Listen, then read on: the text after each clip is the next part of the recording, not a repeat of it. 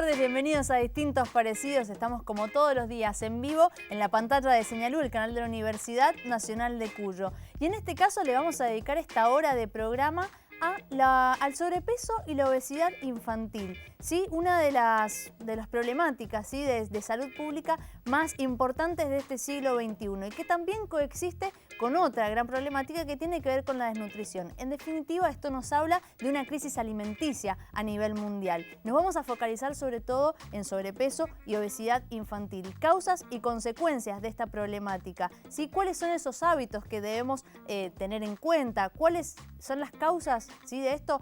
Podemos hablar desde a nivel social, a nivel familiar, desde la escuela, cómo se la puede abordar, por supuesto también desde el mismo Estado. Lo vamos a hacer aquí en Distintos Parecidos y empezamos de esta manera.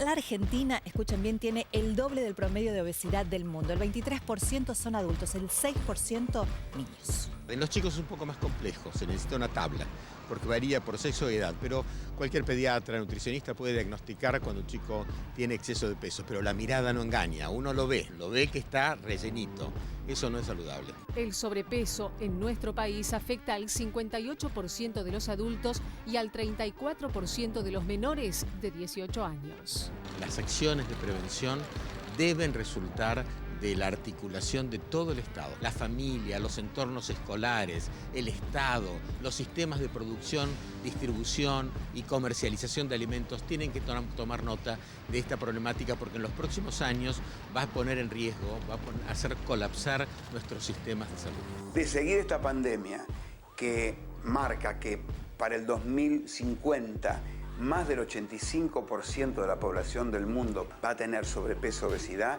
la expectativa de vida de la generación que inicia en este momento la vida va a ser menor que la de los propios padres. Llevo toda la mañana en la cabina. Podríamos ir flotando hasta el campo de golf y mandar unas cuantas bolas virtuales al espacio. Pero no soy el único que evalúa lo que comen los argentinos, sino que hay empresas que tienen sectores individualizados que analizan qué comemos los argentinos. Y ellos se dieron cuenta de algo. ¿De qué se dieron cuenta? Se dieron cuenta que había ciertos alimentos que nos llamaban la atención. Y cuando investigaron esos alimentos se dieron cuenta que tenían ciertos nutrientes, como son las grasas, los hidratos y la sal, que en nuestro cerebro generaban adicción. Entonces, evaluemos un poco qué hicieron con estos alimentos la industria. Lo vistieron de colores. Lo vistieron de colores. Le sumaron diversión, juguetitos, le hicieron feliz. Lo agrandaron, ¿a quién no le gusta agrandar el combo? Le sumaron volumen. Y por otro lado lo hicieron de fácil acceso. Lo metieron en los cines, en los teatros, en las plazas, en los parques, en los colegios. Los niños quieren una golosina que use patineta, no arregle su habitación y deteste hacer tareas. Creo que podrían gustarme. ¡Oh! ¡Dalai la monada! ¡Ay, no puede ser! Miren estos ingredientes. Aceite de petróleo hidrogenado, venenato monosódico, plutonio parcialmente desarmado. ¡Atención a las manipuladas masas! Las golosinas de estas máquinas están llenas de azúcar procesada, derivados industriales y ácidos transgrasos. Bruja negativa, ¿por qué no participas? Bart, pasé toda la tarde rellenando ese filete con atún. ¡Come!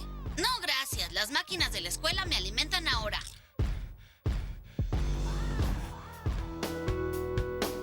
Bien, los Simpsons dándonos también el puntapié inicial para generar este análisis en relación a lo que tiene que ver justamente, ¿no?, con esta industria alimentaria, ¿sí? ¿Qué se está produciendo? ¿Qué se está comercializando? ¿De qué manera se está comercializando?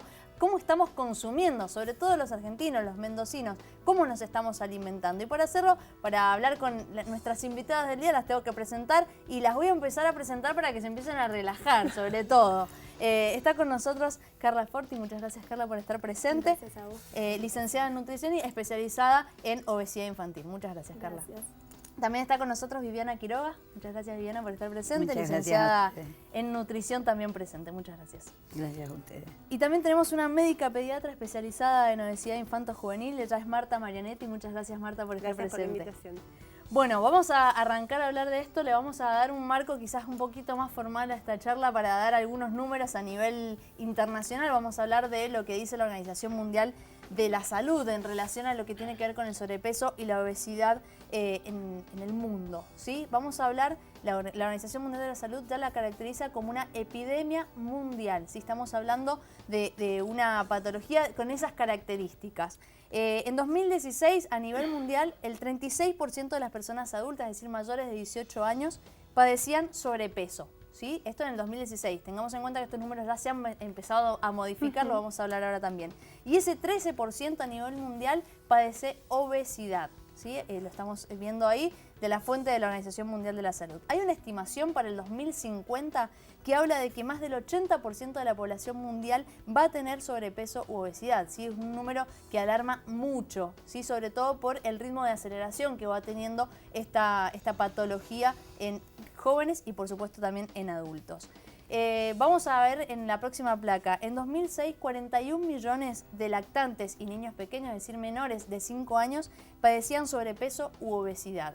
En 124 millones de niños y adolescentes obesos en 2016, ¿sí? Para ver, es justamente ese ritmo acelerado que yo les decía, una cifra que se ha multiplicado por 10 en los últimos 40 años.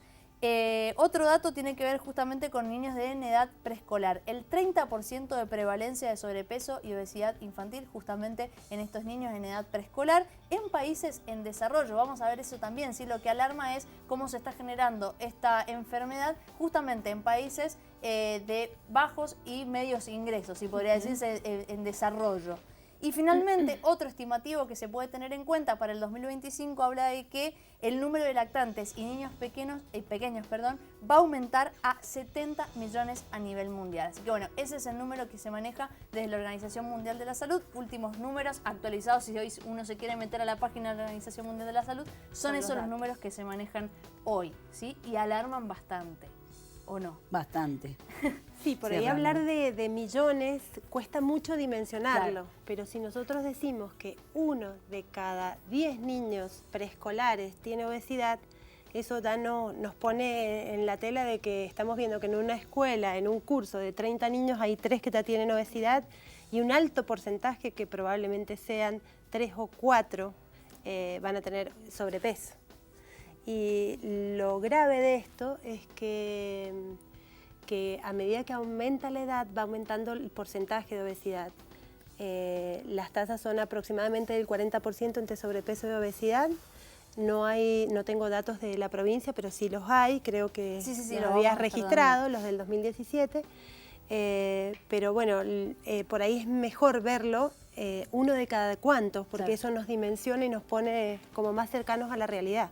Claro, pero si uno dice 40 millones, por ejemplo, es la población de Argentina, ¿no? Digo, Claro. para dimensionar a nivel mundial es muchísimo. Y 35 millones son de los países en desarrollo. Que eso es también lo grave, ¿no? Porque uno pensaría que son los países industrializados los que tienen el problema de la obesidad, y el problema es mundial. Es una alerta a la comunidad científica. Claro, lo grave por ahí es que tener en cuenta que en los países desarrollados o en vías de desarrollo ha tenido un incremento, pero alarmante, en los últimos 20 años. Que logramos llegar a estas tasas en poco tiempo, eso es lo que alarma mucho.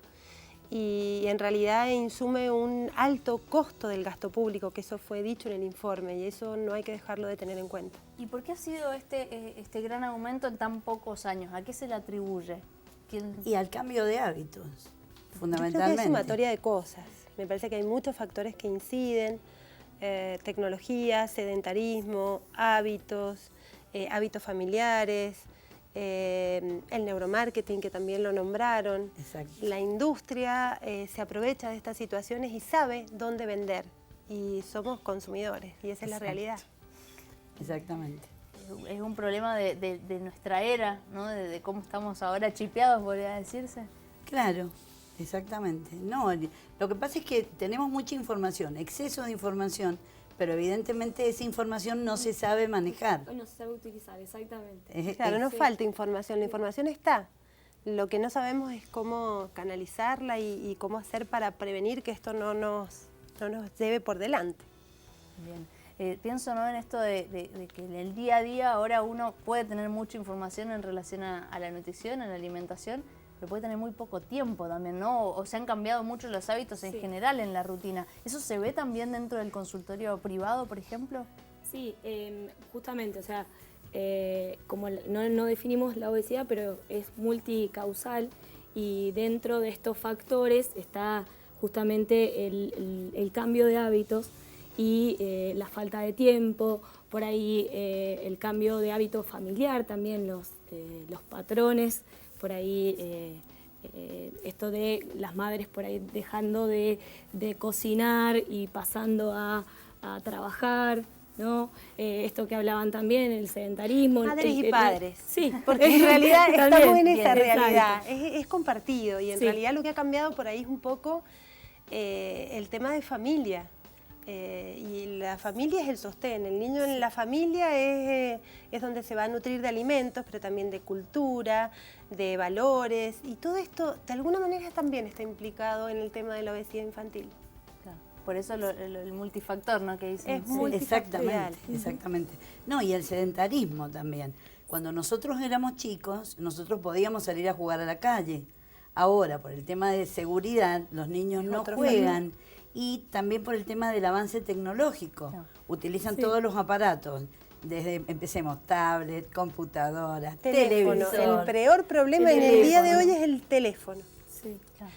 Otra cosa que por ahí no nombramos y que por ahí no tenemos muy en cuenta es el hábito de sueño, que está relacionado significativamente con la obesidad. Y uno pensaría el que duerme mucho, en realidad es el que duerme poco. Entonces hay patrones de sueño establecidos de acuerdo a la edad del niño y eso por ahí no se conoce mucho. Y muchas veces lo utilizamos como estrategia de abordaje porque a lo mejor están muy resistentes a trabajar en lo que uno conoce y en lo tradicional, que es alimentación y actividad física. Y si están muy resistentes, bueno, empecemos por otras cosas como puede ser el sueño. El sueño en los adolescentes ha cambiado significativamente. El teléfono, la exposición a la luz azul, que no es lo mismo que cualquier luz, que genera disrupciones o alteraciones a nivel neuroendocrino. Entonces todo eso verdaderamente es algo que deberíamos tener en cuenta. Sí, es otro de los factores que podríamos estar nombrando como que inciden. Bien, bueno, podemos ir No son viendo, todos, ¿no? porque sinceramente, si empezamos a nombrar, van a empezar a salir muchos, porque es muy amplio. Multifactorial, exactamente. Es muy multifactorial. Como para ir metiéndonos, vamos a seguir hablando, ¿no? Lo vamos a hacer medio prolijo, si se quiere el programa. Pero Bueno, no, dale. se me viene una pregunta que tiene que ver con, bueno, uno se puede dar cuenta a través de lo físico, ¿no? Quizás de esta problemática. Pero ¿cuáles son otras alarmas que uno debería tener como padre al momento de ver algo en un hijo, ¿no? ¿Cuáles son esas alarmas para ir al médico, por ejemplo? Puntualmente el cambio de hábito, me parece que, no sé si coinciden conmigo. Sí, yo un poco lo que quisiera agregar de esto es que a veces esto que parece tan obvio, a veces no se ve. Entonces, a veces en algunas presentaciones yo justamente he pedido autorización a pacientes para sacarles foto porque vienen por cualquier motivo. Y yo cuando se sientan lo primero que pienso seguro viene porque tiene sobrepeso o tiene obesidad y en realidad el motivo de consulta es absolutamente distinto. Y cuando lo preguntas no lo han percibido. ¿Pero por qué? Porque el entorno tiene los mismos hábitos, tiene la misma constitución, entonces a veces no lo ven como problema. Y esa es una de las cosas más difíciles, cuando uno tiene que transmitirles esa preocupación y esa inquietud. Bien. ¿Qué pasa con esto el concepto que muchas veces se ha manejado y a nivel mediático también, el de la obesidad saludable, ¿no? ¿Cómo podemos ir contra eso?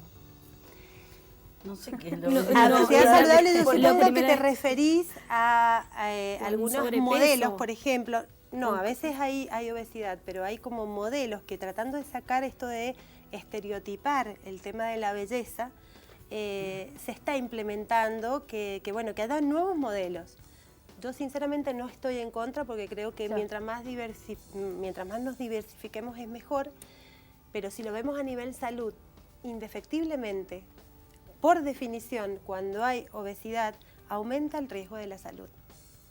Entonces, son cosas difíciles de manejar y algunos de los conceptos, yo trabajo mucho con adolescentes y la verdad que este es un tema importante porque cada vez en etapas más precoces vienen preocupados por la imagen y realmente a veces existe el problema y otras veces no existe el problema. Lo que existe es una distorsión y un compararse con un patrón de belleza que está muy lejos de la salud. Claro, sí, la salud, lo social, o sea, empiezan a confluir muchas cosas. Sí, en eso también influye mucho la moda y el tema de la moda, la ropa, ¿no es cierto? Los desfiles, las modelos anoréxicas. Entonces ahora quieren presentar otro tipo de modelo, que sería la que no es anoréxica, y a veces nos vamos al otro extremo. O sea, tendríamos que buscar un equilibrio. Y eso, ese modelo, mostrarlo y ese modelo imponerlo. No el modelo del gordo o el modelo del anoréxico. ¿No es cierto? Claro, ninguno de los extremos es sano, en realidad. Están desvinculados un poco de la salud. Hay un concepto que se llama coinofilia. Y es que en la biología de la belleza, lo que uno ve como bello es aquello que es simétrico y aquello que le es familiar. Está descrito. Sí.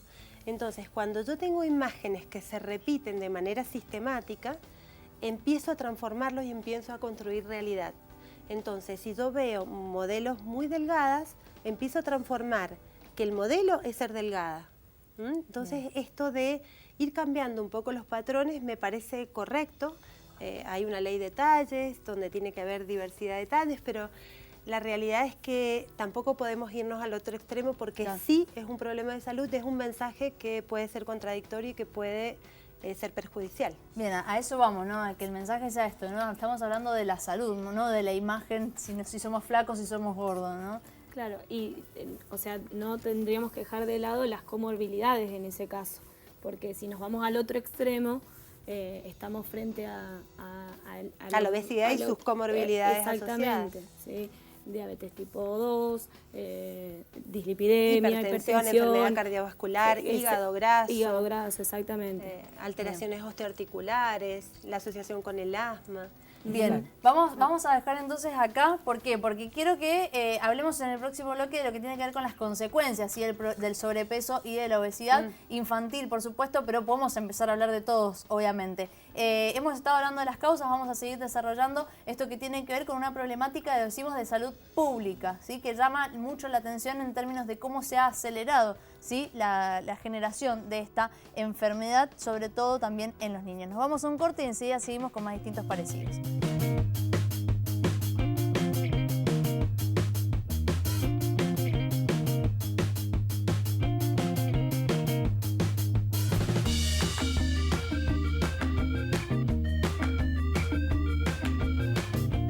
Seguimos en distintos parecidos. Yo les dije que iba a ser desprolijo, se los avisé. Estamos hablando de sobrepeso y obesidad infantil. En el primer bloque fuimos un poco hacia las causas, repasamos esto que está caracterizada, esta problemática, ya como epidemia mundial. La Organización Mundial de la Salud lo define de esa manera. Y ahora vamos a ir un poco a los números que tienen que ver con Argentina y fundamentalmente con Mendoza.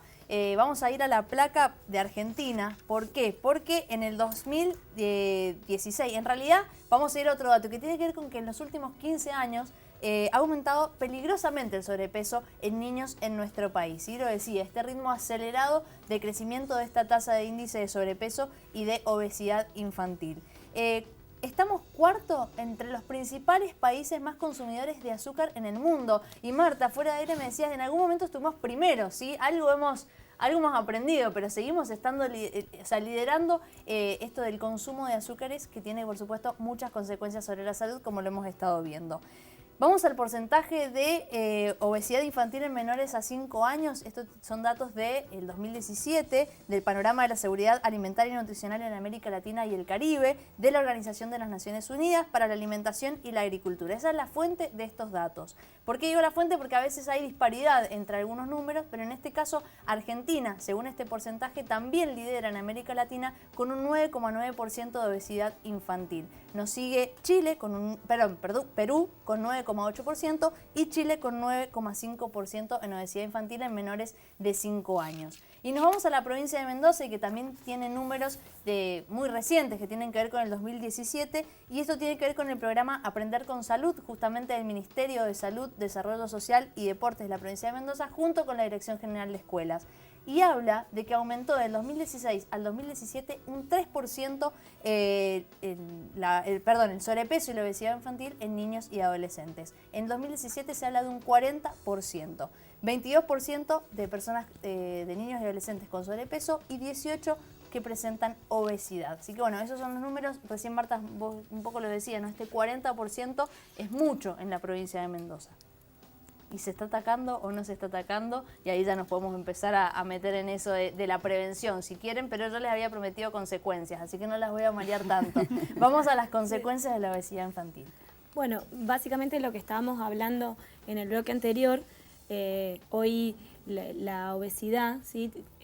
Observamos pacientes ya con diabetes tipo 2, que antes era la enfermedad de los abuelos o la enfermedad de los padres, y hoy vemos que antes, por ejemplo, era el niño tenía, un paciente con diabetes era diabetes tipo 1, insulino dependiente.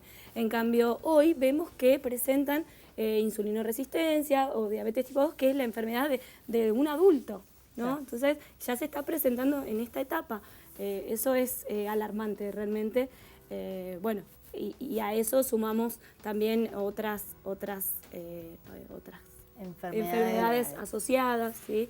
Como referíamos recién, hipertensión arterial, dislipidemias, ¿sí? Hipertensión arterial, bueno, es la presión arterial aumentada. Dislipidemia sería el aumento del colesterol, triglicéridos en esa población, ¿sí? Entonces, que está directamente relacionado con la forma de alimentarse, ¿sí? Así que, bueno. Bien, en el clip lo veíamos al principio del programa, se habla de la reducción de la expectativa de vida en las generaciones más chicas de ahora, ¿no? Fuerte ese dato. ¿Qué más podemos decir en relación a las consecuencias de la obesidad? Bueno, es muy importante el tema ese de que los niños, ahora, si son obesos, van a reducir, como dijimos recién, claro, van a reducir sus años de vida en el planeta, porque van a tener todas estas patologías que aparecen en la edad adulta, a ellos les van a aparecer en forma precoz, van a morir antes que sus padres. Por eso es tan importante que ahora ataquemos el tema de la obesidad infantil, enseñándoles cuáles son los peligros, ¿no es cierto?, de ser obesos y por qué son obesos también. O sea, enseñarles a hábitos saludables, que serían no solamente hábitos de comida, sino hábitos de vida saludables. Actualmente una de las cosas que decíamos, que justamente en el congreso que les comentaba se habló, los niños no tienen costumbre de comer frutas en este momento. Entonces, por ejemplo, aparece una patología relacionada con la salud dental, no tienen, porque no comen manzana. Una cosa tan tonta, ¿no es cierto?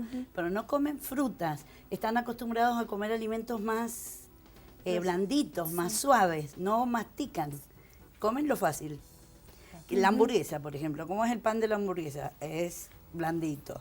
La carne está molida, ¿no es cierto? Empezamos a ver todos los alimentos que ellos están acostumbrados a comer ahora y vemos que eso es consecuencia de los hábitos incorrectos. Entonces tenemos que empezar con los niños a generar hábitos saludables, hábitos correctos, no solamente, como dije recién, de alimentación, sino también de vida. Bien. Marta, ¿te quedaste callada? Sí, me quedé callada porque me dijeron que hablé mucho. No, por Bueno, favor. no, en realidad por ahí hay dos cosas que me parecen importantes destacar. Una es que si un niño tiene obesidad, en los primeros 6 años de vida va a ser un obeso de adulto en un 25%. Si ese niño entre los 10 y los 14 años, entre los 6 y los 10 años es obeso, el 50% va a ser obeso. Y entre los 10 y los 14, el 80%. Entonces esto nos muestra cuál es la realidad y dónde deberíamos realmente focalizarnos, y creo que es en esto de la etapa preescolar. Creo que es donde los hábitos se van a instalar y donde los hábitos probablemente perduren a lo largo de la vida. ¿Es reversible un diagnóstico en esta edad? Absolutamente. Digo, tenemos ese porcentaje de cara a la vida adulta, ¿no? Pero ¿cuánto se puede revertir? Es reversible absolutamente, y creo que para poder trabajar en obesidad hay que tener claro que esto se puede lograr, porque si no lo creemos nosotros es imposible que logremos motivar a quien tenemos enfrente a que logre el cambio. Es absolutamente posible. ¿Es fácil? No. No es fácil, pero se puede lograr perfectamente. Y mientras antes hagamos el abordaje es mucho más fácil.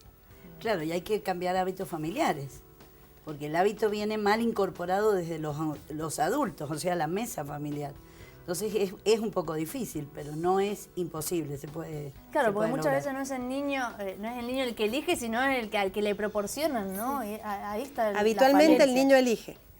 Eso es lo que ha cambiado. Claro. Ahora sí. Termina eligiendo. Pero en teoría, en la etapa que está refiriendo Marta... Sí, la etapa preescolar... Claro, la decisión la deberían tomar los padres. De hecho, también en muchas escuelas o preescolares se utiliza esto de la merienda colectiva. Entonces, cada padre tiene que llevar la merienda saludable de todo el grupo, ¿no? Pero de esa manera es como que se está fomentando esto de los hábitos saludables desde la escuela. Así que eso sería alentador en algunos casos, porque no se presenta en todas las escuelas. Claro, y ahora lo del kiosco saludable también, ¿no es cierto? Que no sé si está muy implementado, No está implementado en todas las escuelas o en todos los colegios porque es más caro. Es más caro comprar verduras, mantener las verduras, las frutas, perdón, quiero decir, no verduras, sino frutas. Puede ser también verdura. Puede ser una colación de tomates cherry, ¿por qué no? Claro, pero en realidad son frutas las que les ofrecen en la merienda saludable o en el kiosco saludable. Y no es tan redituable como puede ser un kiosco común. Pero, bueno, si vemos las consecuencias con respecto a la salud, yo creo que sí, es redituable. Tendríamos que verlo desde ese punto de vista y el colegio hacerse cargo. Pero, bueno, yo me acuerdo cuando mi hijo iba al colegio, al jardín, cuando empezó a ir al jardín, salita de 3, hace varios años atrás, yo le preparaba en un Tupperware manzanas cortadas. Entonces me dijo un día, no me prepares más fruta, mamá, porque los otros chicos se burlan. Entonces le empecé a mandar galletitas. Y cuando me tocó lo de la merienda compartida, sí, trataba de hacer una merienda que fuera saludable para todos, pero tampoco podía ser fruta, porque hay chicos que no tienen la costumbre, el hábito. Entonces tenía que adaptar, como nutricionista tuve que adaptar para que fuera una merienda saludable y no los snacks que no son saludables para nada. Claro, ahí quería apuntar un poco porque estamos hablando de la alimentación, la prevención y los cambios de hábitos dentro de la familia, por ejemplo, pero la alimentación también es una cuestión social, ¿no? Nos alimentamos cuando vamos a un cumpleaños, nos alimentamos en una merienda colectiva en la escuela. ¿Cómo y cuánto la presión social incide en nuestras decisiones? Entonces, por ahí el empezar a pensar que facilitemos que las opciones saludables sean más fáciles.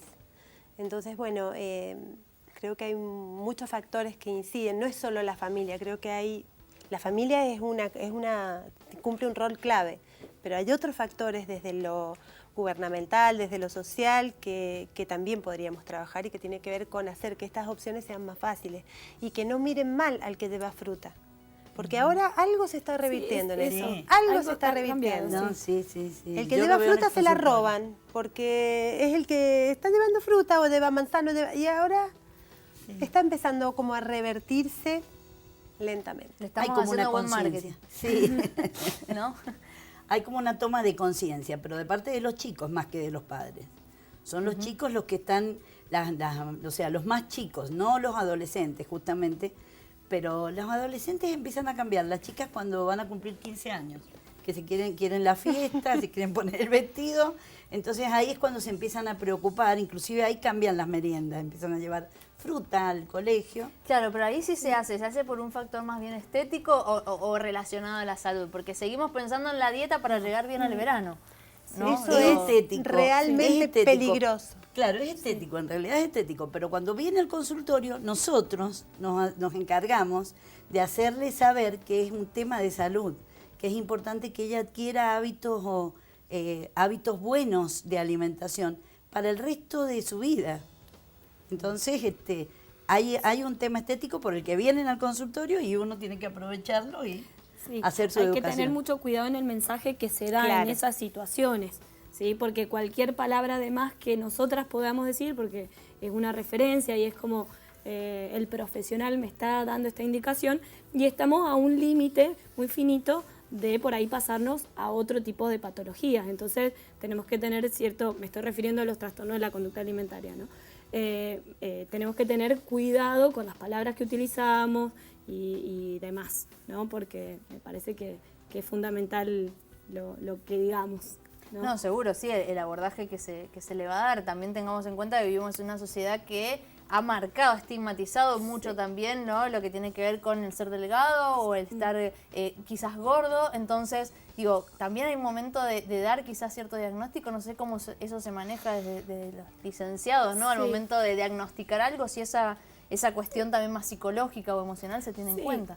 Sí, uno realiza el diagnóstico, por ahí no siempre lo informa tal cual, por ahí uno busca otras palabras, o bien por ahí esto parece reiterativo, pero insistimos mucho en el tema de los hábitos. Entonces por ahí uno evalúa los objetivos o las metas en base a ir logrando esos hábitos, no tanto en el peso, ¿sí? Porque nos basamos sino en ese valor, esa medida objetiva, y perdemos de vista un montón de otros cambios que ha hecho el paciente, que quedan de lado porque viene, voy al control, a la nutricionista a ver si me pesó y que baje. Entonces la corremos un poquito a la balanza y vamos evaluando esto de los hábitos saludables que decía acá la colega, de ver, a ver, si es un paciente, por ejemplo, que nunca en su vida desayunó, y logramos que a la siguiente consulta venga y nos cuente que desayunó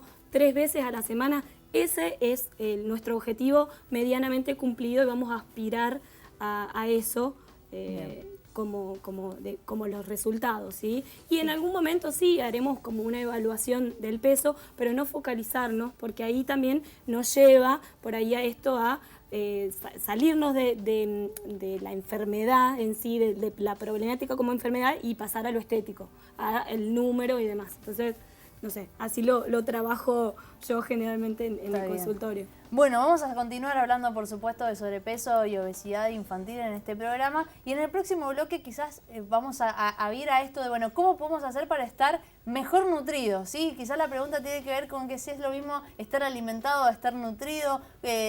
Bueno, ¿cómo hacemos, no? ¿Cuáles son esos hábitos para poder empezar a incorporar y poder tener una mejor alimentación? Nos vamos a un corte y enseguida continuamos con más distintos parecidos.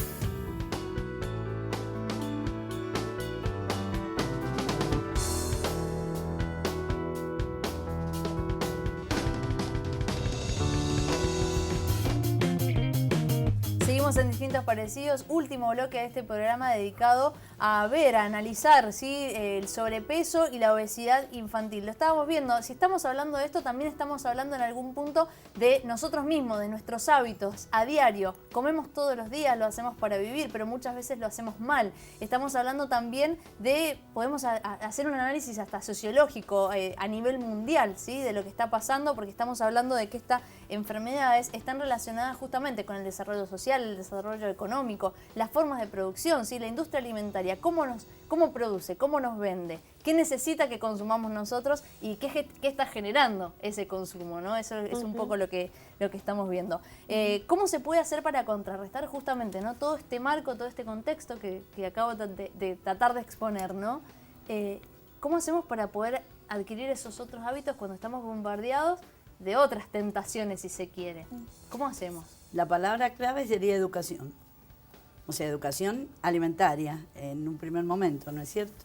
Reforzar los conceptos de una nutrición que sería saludable. Reforzarlos, porque no están muy claros con este bombardeo que hay con la publicidad y todo, ¿no es cierto? Entonces esa sería para mí la palabra clave. No sé qué opinan mis colegas. Sí, yo creo que la educación es clave porque es el punto por ahí de equidad. Pero no solamente con respecto a lo que sea información. Se sabe que las personas que tienen un nivel de educación más alto tienen menor riesgo de ser obesos. Entonces, educación en general, incluida la educación nutricional. Pero a mí hay un concepto que ya lo dije antes, y es el hecho de que tratar de lograr que las opciones saludables sean más fáciles. Yo creo que eso es fundamental.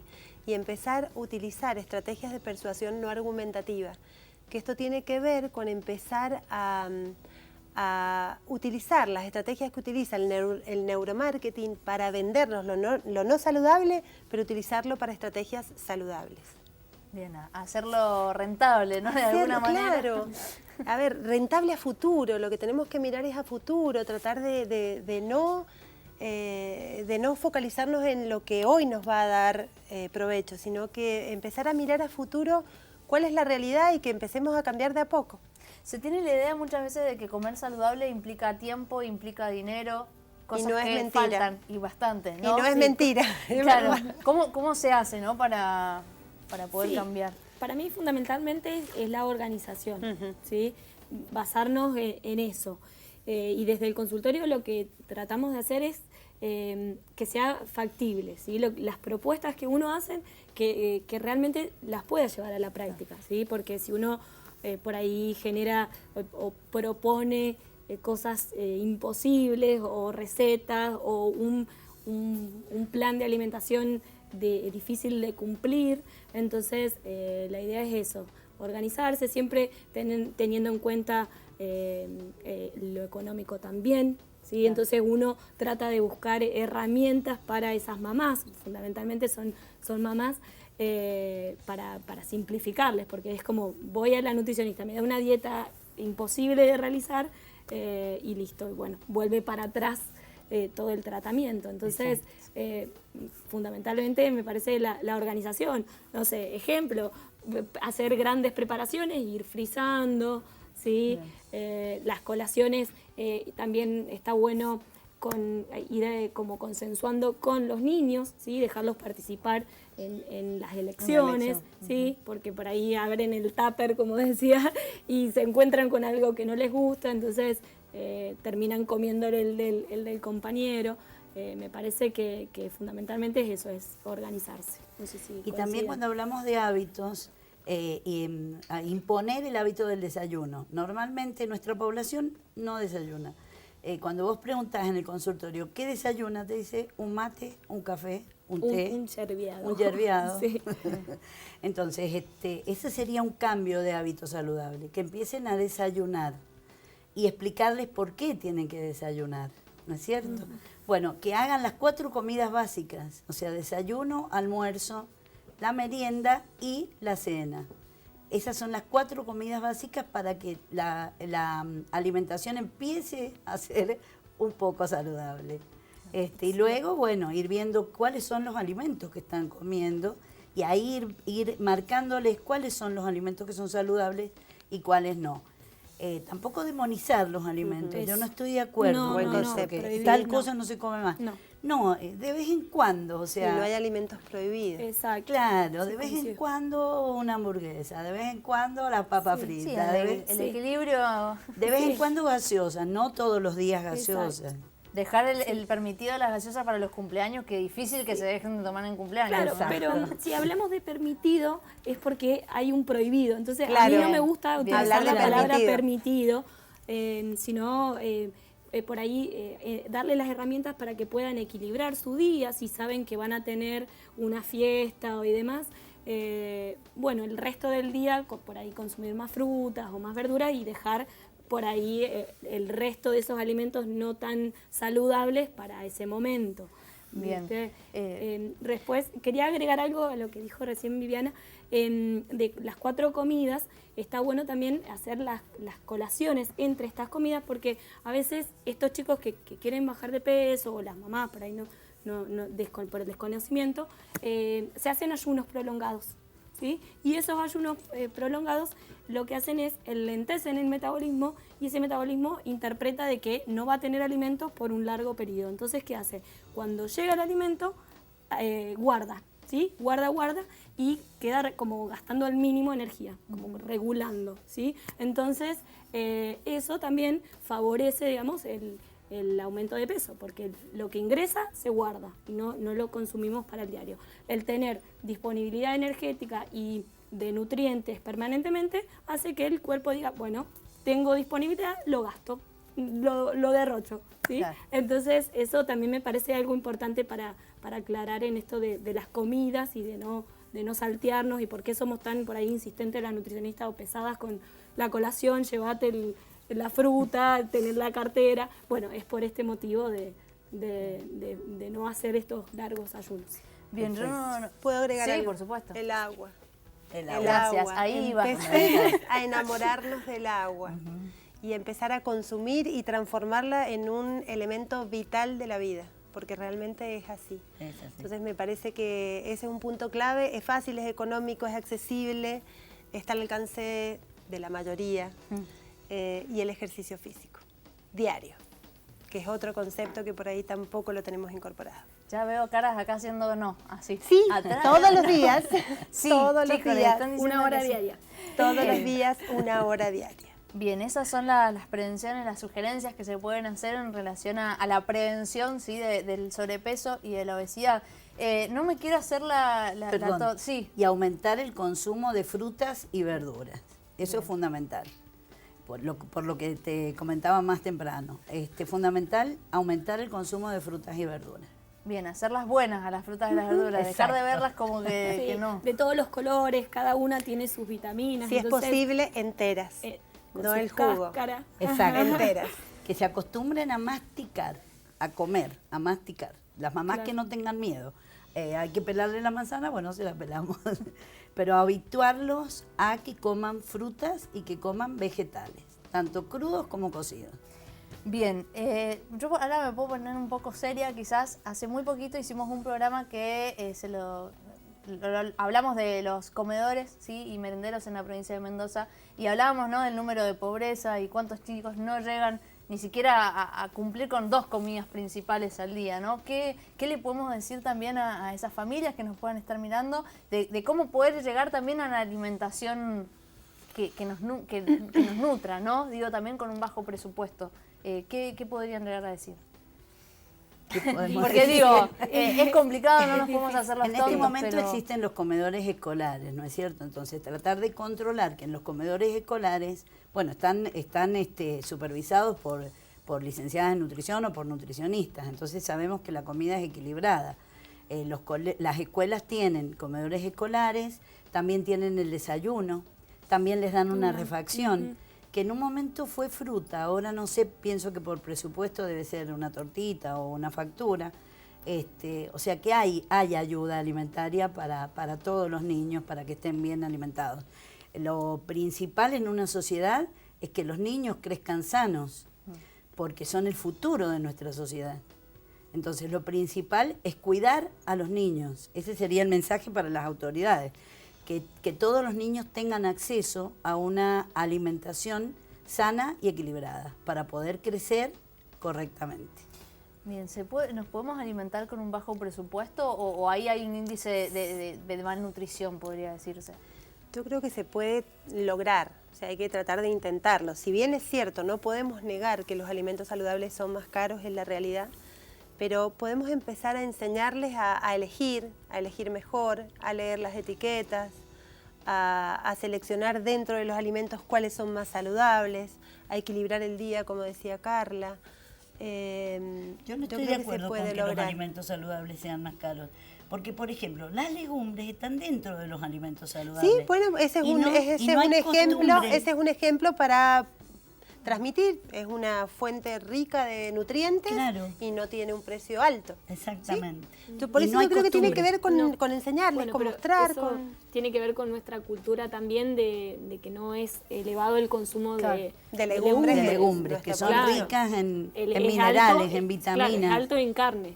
Por ahí en y harinas, ¿no? Y harinas, exactamente. Sí, harinas. En este momento en la población de menos recursos, sobre todo harina. Y en este momento que la carne tiene un precio tan alto, un reemplazo podrían ser las legumbres muy clara. Combinadas con los cereales, nos dan proteínas completas. Sí. Entonces, por eso es muy importante que hacer hincapié en eso también para el mensaje para nuestras autoridades, ¿no? Sí, los niños son nuestro futuro, por lo tanto los tenemos que cuidar y proteger. Yo creo que el mensaje es no solo a las autoridades, creo que el mensaje es a todos. Todos de alguna manera tenemos una responsabilidad social frente a la problemática. Como madre, como médico, como docente, como miembro si estoy en algún cargo público. Creo que todos... los medios. Y los medios que son claves, son re importantes. Quizás son los que van a llegar a más población. Yo desde mi consultorio llego a poca población. En un medio uno llega mucho más lejos. Entonces me parece que tenemos que sumarnos y tenemos que tratar de dar un mensaje común, un mensaje de salud y un mensaje positivo. porque no es aburrido comer sano. Entonces ese es el mensaje que tenemos que empezar a cambiar. Bien. Acercarnos a los chicos también desde ahí, ¿no? Porque siempre se ha tenido esa reticencia, bueno, a comer bien, ¿no? Siempre es más accesible lo otro. No sé cómo se trabaja también desde el consultorio eso, ¿no? Sí, en realidad, dependiendo por ahí la edad, ¿sí? O trabajás con el niño o con los padres, ¿sí? Por ahí yo también veo bastante adolescentes y ahí como tratar de traerlo y de responsabilizarlo, ¿sí? Que se hagan cargo, si vienen por motivación propia, más aún. Entonces, bueno, ahí esto que decías anteriormente, de darle las herramientas, entonces de presentarle las dos caras, las dos opciones. Mira, esto te ofrece esto y esto, ¿no? Y el saludable, bueno, fíjate si te podés amigar que te presenta todas estas digamos, beneficios. Ahí está Marta. Claro. Bueno, yo les quiero agradecer por haber estado acá. Esperemos haber sido claros quizás con el mensaje que tienen que ver, ¿no? Sino que consulten y las cosas que no hayan quedado claras, no tenemos experiencia de trabajar en esto, es así, pero nosotros en la tele somos nuevas. Entonces, verdaderamente que consulten, que pregunten, que estamos a disposición de responder lo que necesiten, porque para eso estamos. Esa es nuestra labor. Muchas gracias, Marta, por haber estado presente. Muchas gracias a vos. Viviana. Muchas gracias, Carla, por haber estado acá. Bueno, el mensaje queda. Quizás es difícil atender muchas realidades, ¿sí? En estos temas, lo vimos durante el programa. Estamos hablando de una problemática que lo que hace es reflejar quizás otras problemáticas o en realidad reflejar cómo vivimos, ¿sí? Como sociedad, qué estamos haciendo. Bueno, ahí nos tenemos que responsabilizar todos, eso, justamente la responsabilidad de todos, lo decían ellas también, ¿no? La social, la de cada uno, también por supuesto de las autoridades, dando respuestas a un problema que tiene que ver con la salud pública. Nos vamos a quedar con estos mensajes que tienen que ver con dar la información y también, por supuesto, seguir pidiendo la igualdad de oportunidades para todos en esto que tiene que ver con algo tan importante como la alimentación. Nos vamos y nos encontramos mañana en un nuevo Distintos Parecidos. Chau, chau.